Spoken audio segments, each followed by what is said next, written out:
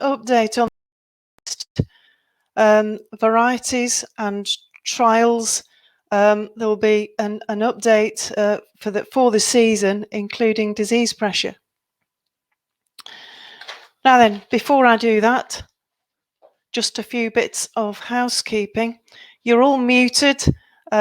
We can't hear you. If you want to ask questions, please type them into the box on the right-hand side of the screen. We're due to finish at 10 o'clock. It's a reminder. The session is being recorded and the link for that will be sent to you afterwards, not necessarily the next day, but soon afterwards. And there's the Twitter handle underneath that. Basis and Rosso points are available for this. We need your details for that. There is a link which you'll find again in the same chat box. You should be able to see that on your screen on the right hand side. Just click on it, put your details in. Well, moving on to the important bits. In a minute I'm going to hand over to my colleague Mark, who will lead the whole thing. Mark is Senior Trials Manager at AHDB. It will take you through the recommended list update, and then we'll run into the next session, which will be the panel discussion and questions and answers. This is your chance to join in, and in that, Mark is going to be joined by Alex Cook. Alex is part of our market intelligence team at AHDB. He's a data analyst, and also they're going to be joined by Andrew Creasy from Saaten Union Product Manager there. Thank you all for joining us. And those sessions, both the panel session and the question and answer, they're going to be chaired by my colleague Teresa Meadows at AHDB.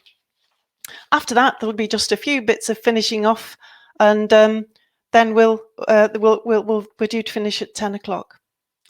With that, then I think we're ready to start. Hand over to Mark. Thank you. Good morning, everyone. Welcome to this webinar. So this one is focused on the East region. The agenda is that I'll do a quick introduction, have a quick look at the updates and the changes on the RL. We've been out and about as inspectors already, so we're doing a bit of a winter crop trials update. It's a bit early for the spring crops. Then we're looking at new varieties on the RL. And then something that we don't usually do, we're looking at some data runs for wheat for sort of smaller regions than we normally publish, and see whether that makes a big difference or not. So quickly, this is the RL team. I've got Paul, who leads the team on the right-hand side. We've got our data team that deal with all the data from the RL, and also from a lot of the data from the national list that feeds into our RL. And then we've got Catherine is our pathologist who deals with the disease ratings. And then in the center, we've got the 3 trial managers who inspect all the trials, deal with the technical management. So we see visit all the sites and score all the plots for suitability in our system.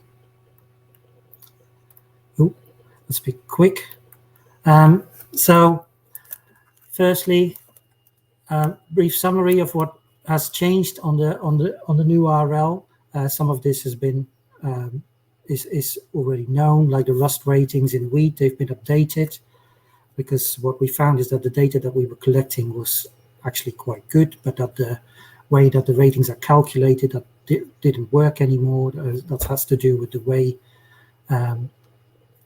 we calculate these ratings by using a bottom fixed point, which is sort of the worst variety in the trials, but to not get any big variations between years. If you have for instance, you could imagine a year where there was no, hard to imagine a year where there's no rust. For susceptible varieties might actually have a quite high rating. So to do that, you link them to the previous years, and using that system over years, it changes the slope, and the slope becomes less steep over the years, and that is what happened, and that's why we couldn't get good differentiation. So we've recalculated this, so the data hasn't actually changed that we're collecting, but we just get better differentiation in the ratings. The other thing that's changed in rust are weightings. So because especially in yellow rust in wheat, the races change quite quickly, and we normally use 3 years worth of data. We now changed it from we weighted the latest years more heavily than the previous years data. You can find more details on that on the URL or on the website if you want to drill into that a bit more. Similar thing has happened to mildew ratings in oats, especially for spring oats. We had a similar problem, and it also meant that if you, for instance, a 6 in spring oats for mildew didn't mean the same as a 6 in winter oats, and it's much more comparable now. So that, again, that adjustment has been made and been recalculated. There's no new races or anything, it's just the way it's been calculated. An addition is in our descriptive list trials that we've started publishing rust ratings, so brown rust in rye and yellow rust in triticale. Now we only do a couple of trials in rye and triticale, so it was quite hard to get robust data to publish. So we have actually made a decision to do slightly less barley work and then add a couple of rye and triticale locations. So we've got new trials in Yorkshire and also in Scotland. So that should help us getting more robust data for these smaller crops without actually having a big impact on the barley data. Winter oilseed rape has been challenging over the last few years, especially in England, with the cabbage stem flea beetle and the droughts this year. Last year we really started seeing varietal differences from the cabbage stem flea beetle damage, so a protocol has been agreed to be tested this year of scoring this damage. At the moment we're collating all that data, and it's being checked by our stats consultants at BIOS in Scotland, whether that data is consistent enough so we can hopefully that we come to a point where it can be used to actually help with the decision-making process. As it is the first year, it may still need some tweaking. We'll see. Yeah, we're waiting what the results are. But yeah, hopefully that will make a difference. And then at the moment, I think in the RL with oilseed rape, there's going to be some big changes anyway. Like we've seen this year, we've got a lot of candidates, and hopefully there's a few that are really, you'll just see it from the yields whether they deal well with cabbage and flea beetle. The last point is that this is the last harvest for current contracts. The RL consists of 5-year. They are continuing 5-year projects. We're in the last season at the moment, harvest 21. So the tenders have been awarded for the next years. There will be some changes to trial sites and also to numbers, partly because we've reviewed where the crop area for every crop is. So we may have made some adjustments to get a better. So we try to link them where the levy comes from and then have those crop trials there. But there's also what we've seen in the last few years, that trial prices have gone up, so we can't do the same numbers all the time. So we need to be smart with our money, and yeah, we might have a few less trials in certain crops that we were maybe overspending on. So now I'll do a quick update on what we've seen in the field as inspectors. We've been out and about over the last the last 6 weeks probably, already looking at trials and inspecting them. For the East region here, for winter wheat, most trials established well, certainly much better than last year when it was it was wet this autumn, but last autumn was actually quite difficult. We had some very late drill sites and quite a few data points from the East region were missing. We only lost one site to flooding. It was a late sown site at mid-November, and we've got a few trials that are a bit gappy and of concern.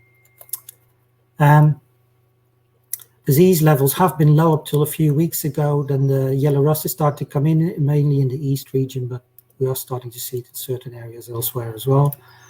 In the untreated trials, you can see from the photo, which is my local trial in West Norfolk, we're starting to see good patchworks. There is septoria around. On this side, for instance, it's on leaf free in the susceptible varieties. There's plenty of potential for good disease development in the untreated trials, and we need some disease, not as farmers, but to keep our ratings updated. We do need some good disease other than yellow rust now, especially brown rust, mildew, and I mean septoria is still quite good. So,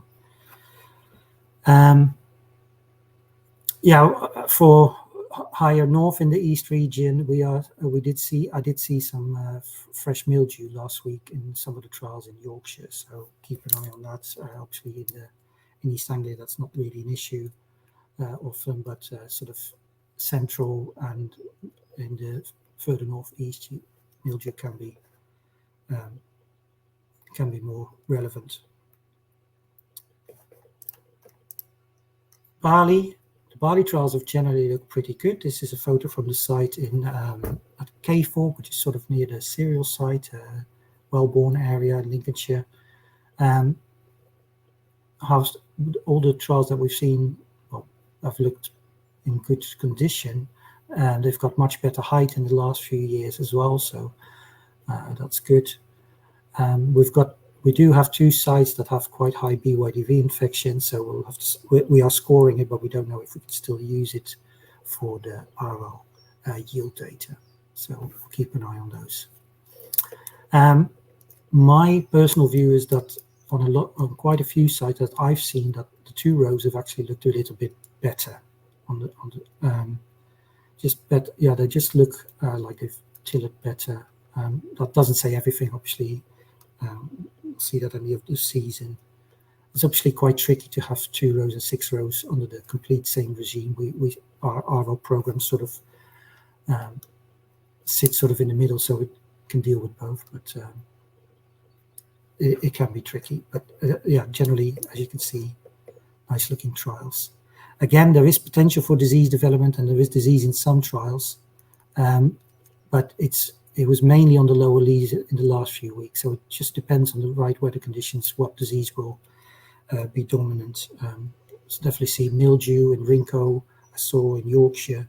Further north there is more rinco in Scotland.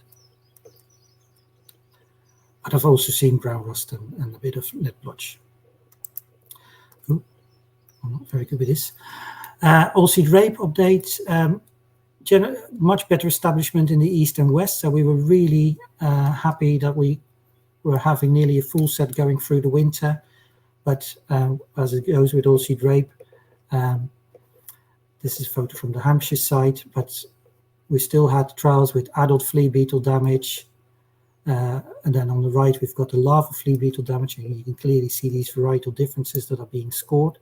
And then in certain areas in the spring, some of our best looking trials near Grantham and other parts of Lincolnshire, and also further north in Yorkshire, we ended up having wind damage and frost damage, and you can see it looks quite dramatic in that photo center in the center. And then in the north, we had one trial that didn't really have a history of it, but we had quite bad crop root, as you can see from the photo on the right. So we'll have a look at the new winter wheat varieties. These are trials that I've seen from around the country, not in, so sort of borders, Cornwall, Yorkshire. So we haven't got any new Group 1s and 2s this year. Group 1, there won't be one next year. There's none in the candidates either. There's a couple of Group 2s in the candidates for next year, so we'll see how that goes. So Group 3 is the one with the main changes. There's clearly some breeding development there. So there's 5 new Group 3 wheats. LG Prince, LG Illuminate, LG Quasar, Merit, and Astronomer, LG Astronomer. There's so many, I have to do this with some RL numbers, because RL displays, because otherwise otherwise I'm just reading our description. So first of all, yield in the east. So on the east region yields here, they're all high yielding, especially Prince and Merit, but the other ones are also high yielding, all comparable to Firefly or slightly higher, but within the same LSD. Some of them have UKS for potential for UKS for export as well. Not all. Then when we look at the quality, so that high yield of LG Prince does come with a lower spec weight. And the other thing that I noticed, and it is still fairly limited data, obviously, is that when in the trials where we run them from milling spec, it doesn't seem to react much to putting on the extra fertilizer. On the other side, LG Astronomer is maybe slightly lower yielding than that variety, but has a really nice spec weight. Going on to agronomy and diseases, tick box for the yields, obviously. Resistance to lodging looks comparable to most of the popular varieties that are currently growing. They're not. A Firefly is obviously really quite strong on resistance to lodging. Astronomer looks good as well, but the others are no worse than popular varieties as claimed. They've all got midge resistance, so all our soft weeds have got midge resistance. Then Septoria, this is also a good sign, and they've all got this in common. They've all got decent resistance to Septoria. We do have to keep in mind that in the last few years, a lot of diseases levels have been quite low, so the data is not as strong as it possibly could be, but the signs are looking good. Brown rust, that is a big improvement over current varieties at the moment, but there has been very little brown rust lately, so there could still be some changes, but at the moment it's looking really good. So they've got all these things in common. So where you need to look at the differences is maturity, Prince, and to a certain extent Quasar as well. They're both +2. I think Prince is a slightly bigger +2, so they're later than the current varieties. So that might not be something that you would prefer. Yellow rust. So some of them still look quite good on yellow rust. Others are a bit of a question mark at the moment. They've come over the NL and have had 1 RL year. So they've got, like Quasar's got a 6 at the moment, but I find that candidates or new variety with a 6 that you need to keep an eye on that. At the moment, what we're seeing in the field is that these varieties are behaving close to what these ratings are. We do see bits of yellow rust in astronomy, but it would still be in 8, definitely. Then mildew is probably less relevant here, but some of these are quite weak on sort of fairly limited data. So, but it's probably less relevant in the East region. So that's something that you could make a variety decision on. I'll quickly go through this. Just that we noted. I just put this up because the second wheat performance of Prince has been really quite high, and it's actually the highest of all varieties on the RL by a small margin, but just worth noting. And they all look like you can drill them fairly late. The rest of the data is quite limited. So in hard group 4s, we've got 2 new varieties, and there's a soft wheat, but that's only recommended for the north. So hard feeds, KWS Cranium, new high yielding group 4 hard, and then we've got RGT Wolverine, which has been in the news quite a bit with the resistance to BYDV claim. So I've put them in here. I'll look at the yields. They look, for the East region, clearly good for Cranium, Lodging resistance looks good, especially for these group 4s. I've put some popular group 4s there. That cranium is on the later side, so and that too is quite a big too. Our data would actually, it's fairly close to something like Saki, but it is a 2.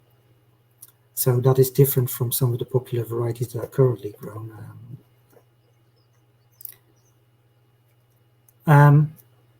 Disease-wise, Septoria is a 6, which for the East region is okay. That looks pretty good, and sort of in the middle of some of these varieties that are grown. Yellow rust at the moment is looking good, and we see few stripes like as in many varieties, but it definitely looks pretty good at the moment. Again, midge resistance, which is great for this region. I was just going to point out, and I'll do this in every region, that the 2020 data for cranium is really good. And obviously 2020 was a year where a lot of trials were drilled quite late. So clearly performs well in late drilling. So that might, in years in more normal drilling timings, that there might be a slight adjustment, but it does look like a variety that really suits that later drilling slot, and we can see that on the limited data for later sowing. That is still quite limited. Oh, let me go back, because I just want to talk about Wolverine. Obviously, the RL really wants to promote varieties with new traits, and BYDV resistance is one of those traits that's really something that we would encourage. But this is the first variety with that resistance trait. When you look at the other characteristics of Wolverine and its disease profile, it's debatable whether the trade-off of having the BYDV resistance but then having quite poor yellow rust resistance and no midge resistance makes this variety suitable to grow in large parts of the East region. In my view, it isn't, but that's up to you. But in certain other parts where yellow rust is less of an issue and midge isn't, like somewhere further in the west, then it could be. So normally we have our 3 regions, east, north, and west, and quite often people ask me about smaller regions, more local data. Now that, yeah, I'll explain why we don't do that. But for this session, we've split up the region into 4 smaller regions, and they sort of coincide with the region that our regional managers have split up the UK. So we've got the southeast, which is Kent, Hants, and South Oxfordshire. So this is where our trials are. East Anglia, Norfolk, Suffolk, Essex, sort of Eastish Midlands, Lincolnshire, Notts, and Leicestershire, and then Yorkshire. And it's pretty much all the trials we have in Yorkshire, East Riding and North Yorkshire. There are some trials that are normally fit in the West region, especially in the southeast. They would normally go in the West region, because our West region sort of goes on sort of a diagonal from sort of Brighton and then sort of to the northwest of Scotland. So please note that these data sets are 5-year means like the RL, but for smaller regions. It's just an exercise to see what local data compares to the RL regions that we use. But you have to take note that some of these sub-regions have a small number of trials, and this is one of the reasons why we put it all together. The data would be normally be bracketed in the RL, or double bracketed even, because I'm using coloring, conditional formatting. I haven't done that because the bracketing stops that. But be aware, you've got bigger LSDs on these sets, and the data is less reliable. So these smaller sets are also more variable because they're more affected by the location, even within the counties. Also by the drilling dates, obviously, the soil types and the rotations. So there might be some regions that have slightly more higher percentage of second wheat trials or late sown trials. Anyway, this is a lot of numbers, a lot of coloring, very busy. It's not about reading all the detail, although you can later on. But it's more to show you sort of patterns and how well these regions compare, these sub-regions. So the East Anglia region and the East Midlands region actually contain data that would not have to be bracketed, so that is actually fairly similar. The other two regions, for the other two regions, the new data, the newer varieties would be bracketed, especially the southeast. One of the things of note is that it does all look quite similar, which is reassuring, but there are some small differences, but there are no big changes within that region generally. So when I'll go through the groups quickly. So the green, the one that's set in the middle, the green conditional formatting, where I've by UK flour miller group I've formatted it. So that's all in green. And you can see that, for instance, in the southeast, if you grow in group 1s, it doesn't really matter yield-wise what you grow. So you really make your choice on whether you need the midge resistance from the Skyfall, or whether you find it easier to deal with the brown rust from the Crusoe and take that variety because it's got more natural protein buildup. But then when you start going through the regions, you can see that when you go further north, then the Zayat is higher yielding. In the group 2s, you've got a similar pattern where Siskin is actually higher yielding than Xdays in the south, a little bit higher yielding, but not higher than the LST. And then when you go here, then the Xdays is slightly better, or they're sort of on a par. And in the group 3s, you see these new varieties are quite high yielding in their group. And the same for the group 4s is actually, you see why Theodore's recommended more for the West region. Some of these are West region trials, it does okay, but then when you go further north, and if you put Scotland in here, it just really drops off, which is, we think, for sterility issues.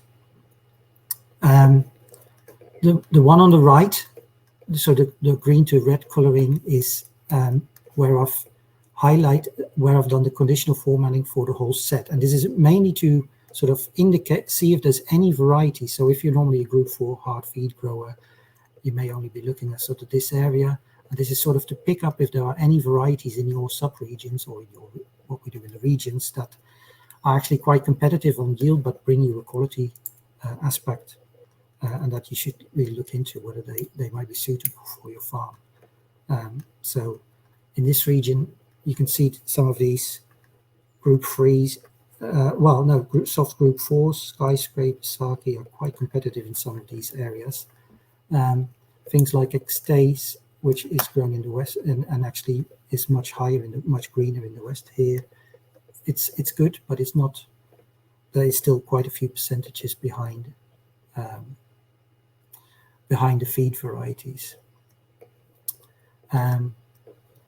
As I said, this area is quite a small number of trials, and you can see Cranium looks pretty high, but the LSD is also quite high. So that is quite limited data. Some of these are as well. So not in this area, I feel that our regions actually match up quite well, and you don't need these small regions with less reliable data. The East region actually compares quite well. This area just looks slightly different because it's got trials from the East and the West region blocked together. The interesting one is when you put this one in the West, that Graham is really high yielding in the West, but not in the Southeast region. So that's the only real difference.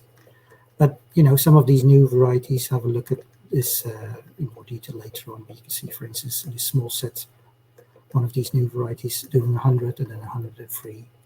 So that when you go further north, you've got this the other way around as well. Quickly on to winter barley, if I still have some time. winter, as I said, they look good. So this is from the borders. This is in Yorkshire. That's the one in Lincolnshire. We've got 5 new varieties, and some of them are quite interesting new varieties. These 2-row feeds, the 2-row feeds are done quite well, and there's some really interesting new varieties called KWS Tardis, Bolton, and Bordeaux. And especially for this East region, they're very high yielding, and the trial yields are on a par with the 6-row hybrids in our trials on the 5-year sets. And then what's also good about this, because some of the new varieties that have come out in the last few years, they combine these high yields with fairly,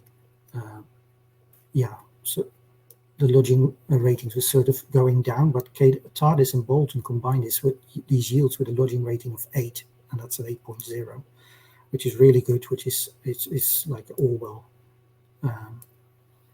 Then Bordeaux scores a 7.3, but that's still quite good. That's similar to something like Surge, but that's give a bit higher specific weight, so high 69s at the moment. The other two produce low 69 and high 68, so sort of in the medium range. So that's okay. As I said, disease levels have been relatively low. So the disease levels, the disease ratings, I think, for these new varieties could still change. But at the moment, we think that Tardis has got quite good resistance to Rinco and decent resistance to brown rust, as Bolton and Bordeaux are slightly stronger on the mildew. But from what we've seen, the Bordeaux looks susceptible to Rinco. There's also 2 new 6-row hybrids, Kingston and Thunderbolt. They combine yields of current popular varieties like Kingsbarn and with good specific weights, but they've got, so the yields are not going up at the moment for these. They're really, the breeding's really focusing on improving the quality aspects and the agronomic and some of the disease aspects of these varieties. And you can see that these 2 have got quite early maturity, and they've got improved overall disease resistance. They're quite good on mildew, but good overall. The downside is that their resistance to lodging is only moderate, and especially from what we've seen as SY Thunderbolt. So personally, I would suggest that if you're an experienced 6-row hybrid grower, you can have a look. You should have a look at these varieties, see if they're of interest to you. But I know there are still farmers that mostly grow 2-row, but have a look at 6 rows. Then I suggest you have a look at something that's popular at the moment and is more well known, like Kingsbarn or one of those varieties. I didn't have time to put anything together for spring barley and the other crops, but just on spring barley. There are 2 new varieties for the UK. One's a feed, which is called Cadiz, which is high yielding, and the other one is an interesting new variety called Skyway, and that's under test for mold for brewing, and it's just been updated to provisional. So at the moment, it's still a provisional. So please check before you grow that as a brewing varieties with your local end user. But the yield is quite spectacular, and actually it was significantly higher than most other varieties that are currently on the list. So it's certainly, even as a feed variety, that you should have a look at. But yeah, hopefully it's now at the stage of macro scale trialing by the brewers. So we'll see if either next year or the year after it can get full approval. And yeah, it looks quite interesting. I think these are slides that are coming up. So AHDB harvest results. Check those at harvest. And then the recommended list app, I think that's been, please, I hope most of you have got this downloaded. It's quite useful to use as a replacement of the pocket books. And that's me.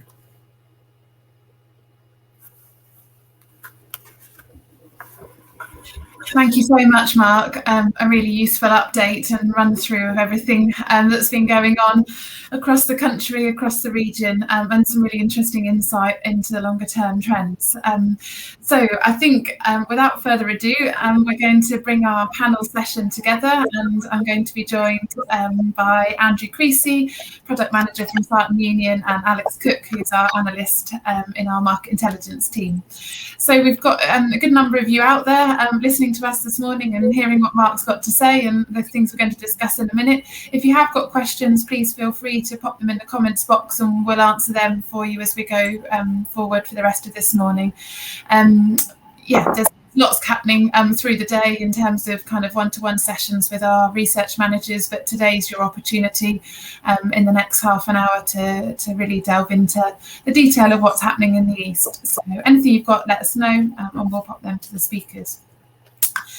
So I think just to get started, we'll kind of hear a bit from Andrew and Alex as we get started and give you a bit of a break, Mark, and come back and discuss some of those things. I've picked up a few things that I think people will be interested to talk about a bit further. So maybe Andrew first, how's it looking on the ground at Saaten Union down in Suffolk, and what kind of disease have you seen in your plots and varieties there? Yeah, morning everybody. So exactly as Teresa says, we're based down here sort of on the Suffolk-Cambridgeshire border, and I mean, as Mark said, we were relatively free of disease through that dry period in the early spring, but that came with its own challenges because, you know, our site here for all crops really is still even now slightly on the back foot as far as development is concerned. I think all the crops are slightly behind where we'd expect them to be. We're just sort of working our way through heading scores now, and you know, if you look at calendar dates and things, they're a bit later than where we would normally do them. But the sort of the wet and the rain we had through May has certainly set all of the crops up well. You know, it's got the inputs doing their thing, the nitrogen is in, but of course on the back of that we have seen disease start to develop. So certainly, again, as Mark said, you know, the yellow rust has come into the wheat in quite a ferocious way. Likewise, we have triticale plots on the side here, and they're always an indicator of what yellow rust is up to, and we're seeing some yellow rust in there. Again, back on the wheat plots, again, exactly as Mark said, if you look into the bottom, there's some pretty active septoria down there. And yeah, I mean, pretty much on the switch of the month between May and June, we saw, you know, the weather dry up, but then we were wet here again on Friday, and I just wonder if that's enough to keep the septoria moving along. So, you know, we're keeping a watching brief on that in untreated work. Winter barley, relatively clean at the moment, but I mean, it was probably the crop that really struggled with being cold and dry in April, and has done a lot of catching up. So again, we'll sort of keep a watch on that. And then just lastly, rye, which is always the first crop here to get moving in the spring, was again just a week, 10 days behind where we think it might be, certainly earlier on in the spring. And brown rust is the disease we're always looking for in that crop. And at the moment, relatively free of that, but you know, with warmer weather as we're in this week, would expect us to perhaps see that appear. But yeah, that's where we are at the moment. And yeah, any questions? Yeah, it was interesting. So we actually, Mark and I went to the site on Friday in the rain with Andrew to see the site. And we noticed, didn't we, Mark, and you've seen across the country, there were a few varieties of wheat that you've seen kind of seem to be struggling with yellow rust a bit. I know, Mark, do you want to just talk through which ones they were and whether that was a surprise or not for you? Well, there's no real surprises yet. So the five that are worst everywhere are the same everywhere, which is sort of Zayed, Skyfall, Karen, Kinetic, and Spotlight.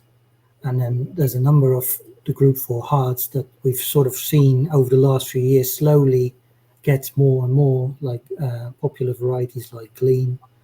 And also we're seeing more in Gravity, those sort of varieties.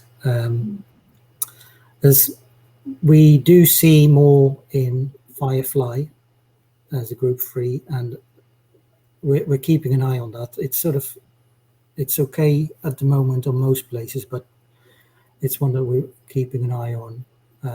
We've also started to see a bit more on graham, but that's still, it's always, the thing is with fresh yellow rust, you need to sort of wait to see how it develops. Graham's been quite good at, you sometimes see yellow rust on graham, but then it just sort of dies away again. The crop deals with, just does a bit of necrosis on the stripes, and then it just, but for the east, there's probably a bit more than we've seen before. And then for further north, skyscraper has definitely got a bit more than that 8 would suggest, I would say. But those are my observations in the field. I am not, I haven't seen the data yet from the operators. So that's being looked at now. We've quite a few assessments already. Yeah, I mean, it's been interesting. I've been out on farm for monitor farm meetings and business group meetings the last few weeks, and the crops are definitely looking, so much happier than they did at the end of April. But yeah, there's definitely yellow rust about, and a mixture of different people with different programs, different fungicide strategies and different varieties. But actually, we're at Tom Mead's farm at Duxford yesterday, and they're hosting one of our fungicide challenges that AHDB is running with ADAS, looking at trying to optimise margin over input costs, but quite, significant difference between the untreated and the treated. But, actually not massive difference yet between the different fungicide strategies, although they're not too dissimilar. Lots of Revestar being used across the board this year because there's not much else to be used. So, yeah. It's when you really cut back, I guess, that you could have it. But at my local site, they are struggling to keep it out of the treated, and the treated RL program is quite ridiculous. So it could be sometimes the timing issue is probably more important, isn't it? Get your timings completely. Absolutely. Yeah, and actually, and Andrew, I know you've got some agronomy work going on the site there as well, and our strategic farm for the East, Brian Barker and the team are looking at high and low inputs on a variety, as well as what the return is on each of the T timings. So they've got every option between T0 and T3 there. So it'd be really interesting, and I think that's the kind of conversations that we're having, isn't it? Particularly after 2 low disease pressure years. So yeah, so we've got a good question coming in about oilseed rape. I'm just going to bring Alex in and kind of talk about how's things looking from a marketing perspective, Alex. I know Mark mentioned kind of these new group 3s. Are there opportunities there? How's the new crop looking as well? Yeah, so domestic new crop is looking quite good at the moment. It's looking quite well, really. We've seen UK delivered feed wheat prices last Friday, and this is into East Anglia for November delivery. Those are sitting at about £177.50, and that was last Friday. And as well, from a UK futures perspective, we've seen the November contract kind of this morning around £180. So these are pretty high values for this point in the season for November, really. It's sitting around £15 per tonne above the I think we've lost Alex. I don't know if you've done anything your end, Alex. We're lip reading at the moment. Do you want to just try again?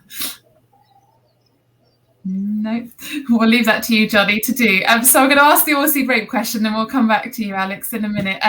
So for the oilseed rape trials that have avoided the major flea beetle problems, are you also assessing light leaf spot in the field, Mark? And more specific than that, are you taking samples and incubating the leaves? And what's the pressure been like? So if I ask you that first, Mark, how are you looking at light leaf spot? How's that going this season? Yeah, our operators always are looking at light leaf spot and the main diseases. So they are. It's part of the contracts that they assess all these diseases. They will, if they're not sure, take samples and incubate as well. There's been light leaf spot about over the last few years. Levels have been sort of increasing in England, and they've always been there in Scotland. They just look very different, and from our perspective, it's actually quite hard to. It's actually fairly easy to score, and do the ratings, but the way the symptoms are different in England than in Scotland. So here it's more leaf based. You don't in Scotland it's real stunting, but here it's more sort of leaf-based. But it's quite hard to actually quantify the yield effect for us. So we do completely untreated yielded trials as well, where but those trials are so big, it's very difficult to make a direct comparison with the treated trials. But yeah, it gets scored on every trial. And how would someone find out that information, Mark, with the results if they wanted to have a look in more detail? Well, it all goes into the disease rating. So we don't publish individual trials disease pressure, because that is very difficult to do. It would be quite unreliable, to be honest. But yeah, there's been some about, but I mean, when I've been out and about, I haven't seen more than usual, but we can get quite high pressure. Even in Scotland, we get nearly as much pressure in the treated as in the untreated. But it's and you can easily get sort of 25% or leaves treated with the full programs. Have you seen much this year, Andrew? Are you happier with your flea beetle levels as well? Have you been involved in the scoring, or has that just been down to the recommended list team? Some and some. I mean, we've carried out the score. Mark spoke about the sort of new agreed assessment on the trials. We've actually managed to keep our trials this year, so that says something. So yeah, Andrew, that photo with barely any plants, that was the RL. That's still going. I think there's a lot of crops like that nearly got written off and they're still going. Yeah, I was just going to come on and say that we're not without issues. We've seen damage early on, at establishment. The autumn here was probably kinder than some of the autumns we've had, but we just had those odd days where you knew the flea beetle were very, very active. And then, and the pictures Mark showed through into the spring, we've then seen the damage through into the spring. So yeah, at the moment, we have a set of trials, but they're not 100%. Yeah, well, it's better to have something. I think hopefully this year will be a better oilseed rape year. And Alex, I don't know if you can bring you back in, but the prices for oilseed rape are pretty fantastic at the moment as well, aren't they? So. Yeah, are you able to hear me now? Or okay, all good. Oilseed rape prices, they've been kind of pushing up to record values almost. I mean, we saw kind of old crop rapeseed pushing up north of £500 a ton. And this is just starting to come from kind of oilseed markets as a whole, really. And the world as a whole is quite short of rapeseed. And we're seeing that in the EU, we're about kind of 6 million tons short of rapeseed, and it's not looking like there's anywhere where we can kind of source this 6 million tons from. And so prices are pushing up just to kind of incentivize getting rapeseed away from China and into the EU, because China have been purchasing quite a lot of oil seeds as well, both for their pork herd and just kind of for the oil as well. So. How interesting. Have you got much information about Group 3s? Because I know Group 3s was something that as a team and you're interested in a few years ago, kind of based on what Mark was saying earlier. If there's new kind of varieties coming in, is there still a good market for those? Yeah, I think there will always be a kind of good market for Group 3s and all the kind of the groups as well, Group 1s and Group 4s as well. And we've seen kind of next season as a whole, really, demand is starting to come back. We've got 2 new demand sources coming in, kind of with the introduction of E10 fuel, and also kind of the bioethanol plant starting up again, so Virgo and Entus.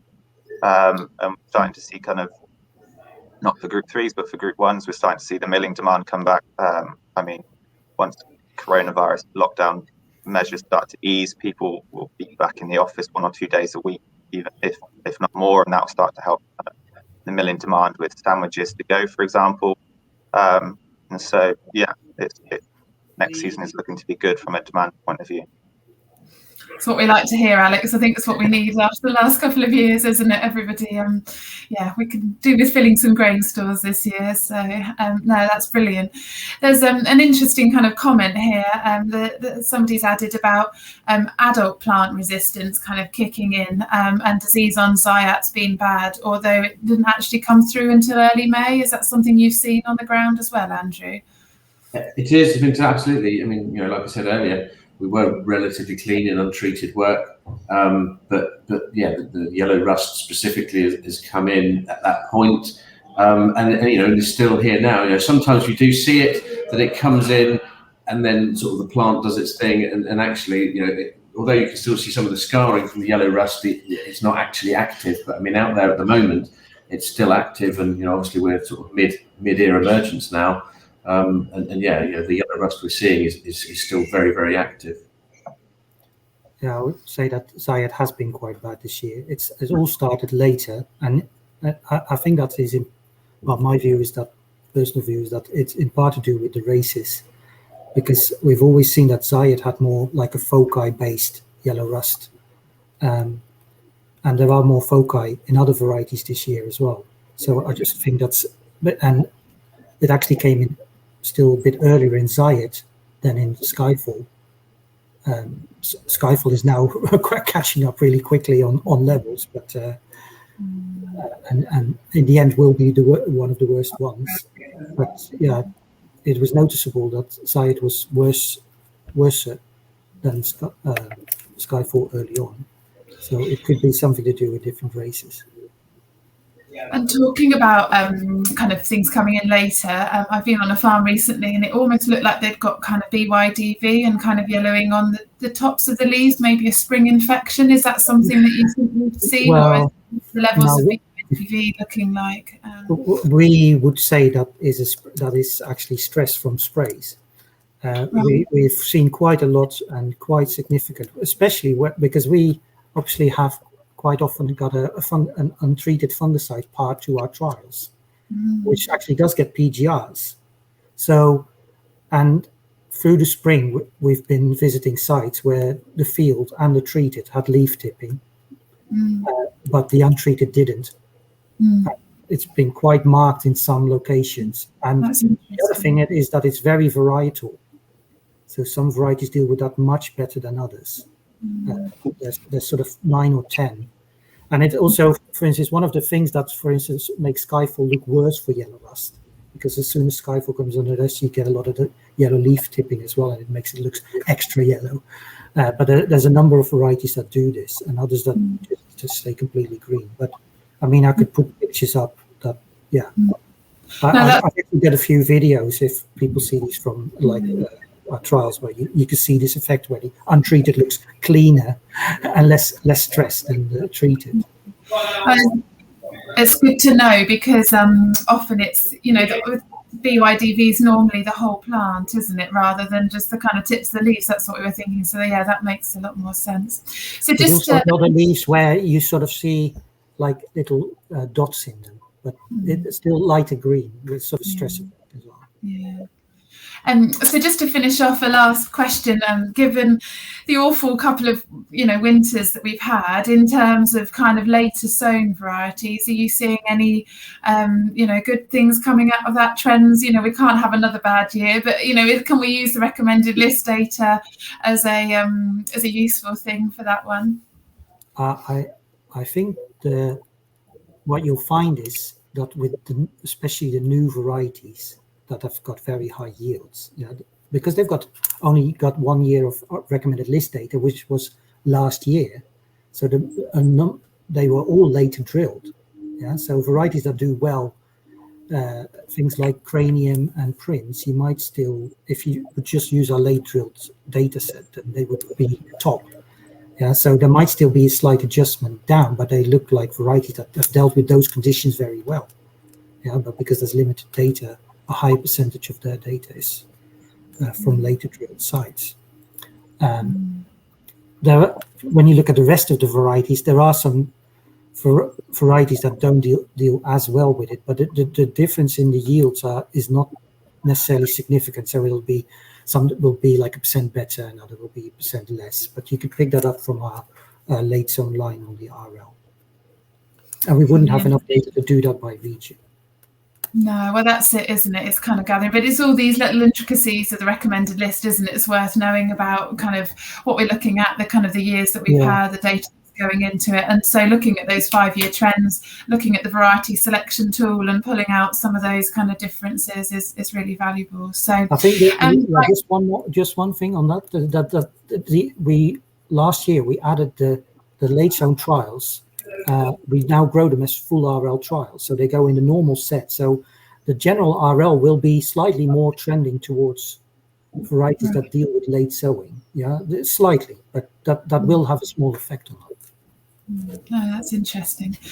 So just to finish off, Andrew, Alex and Mark, one key thing for people to look at or kind of do over the next few weeks, either before harvest, thinking about varieties for next year. Your top tip, Andrew, first? Certainly, I think probably it's just keep an eye on disease. I just think we're right at a point where it's it could sort of still be quite tricky. So last fungicide timings and things are going to be quite important. And as far as the development of the crop, a lot of that is set now.